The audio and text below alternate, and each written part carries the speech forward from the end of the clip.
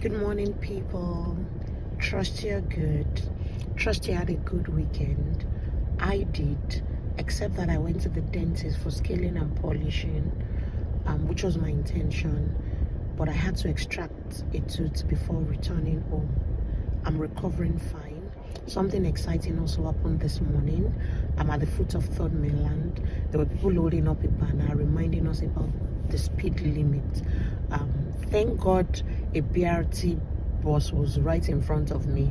I just followed and I was able to maintain 80 kilometers per hour. Most times I even did 70. I'm learning self-discipline, eh? Yeah, so it's traffic series, and I would like to talk about buying quality / expensive over buying cheap and not very quality.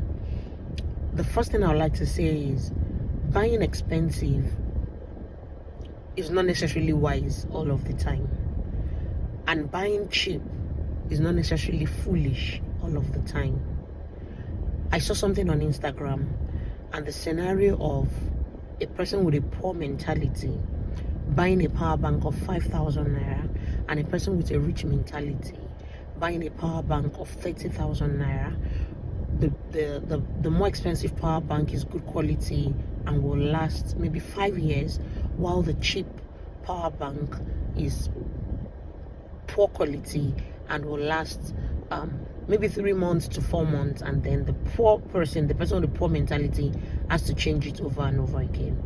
I feel that anytime anyone wants to purchase a product, there are certain questions you should ask yourself.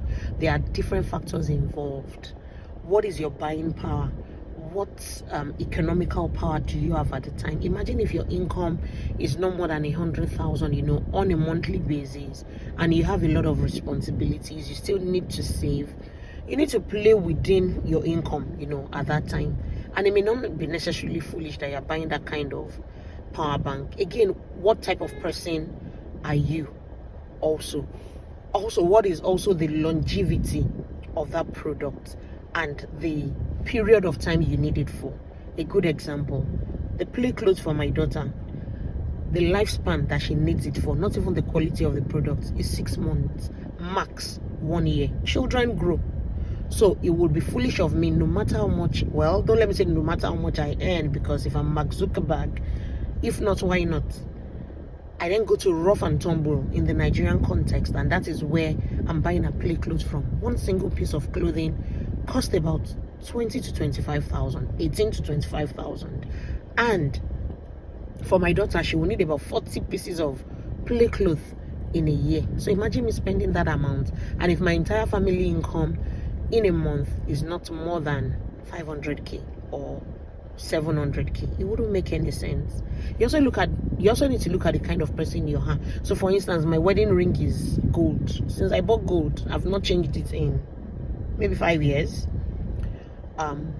But if I'm someone whose taste is always changing, and my income is low, I may not have money to be buying gold all the time.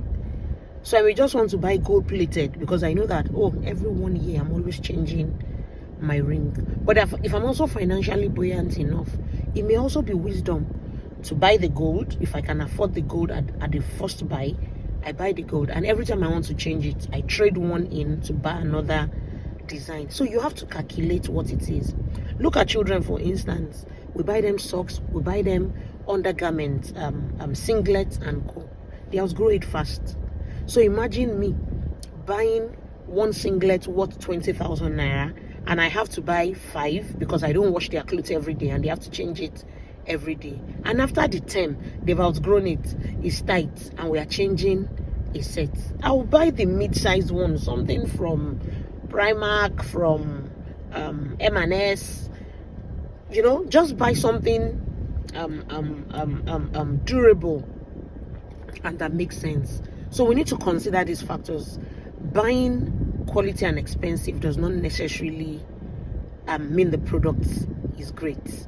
Buying cheap does not necessarily mean the product is terrible. Another example, if you're that kind of person, every year you must change your sitting room settings. I see no reason why you should expend 8 million naira on curtains in your living room because you know that by next year you'll be tired of the outlook of your living room and you want to change it. You can just buy something in the middle. You don't necessarily have to buy the fakest of the fakest China curtains, but you just buy something in between that you are able to afford. So the saying that you must buy the best of the best quality every time is not nah. Imagine if I like to dispose cutlery in my kitchen, say every 6 months or every 12 months. Why would I buy a set of maybe 36 or 48 pieces of cutlery worth 1 million, and I know that next year I'm changing it? I mean, so just look at your circumstance, look at your income, look at how long this product is meant to last for you. Seek opinions. Look at, even when you're buying a car, look at the stage you are in life. Am I supposed to buy a Nigerian used? Am I supposed to buy a Tokumbo? You can buy a Tokumbo and the next week it breaks down. And you can buy a Nigerian used and it says it doesn't give you any hiccup. Seek opinions. Check where you are. Check your pockets. Check what you can deal with. Check the brands and the likes. And look at all of this factor and then take your decision. Cut your coat according to your fabric. Have a nice day. Enjoy the rest of your week.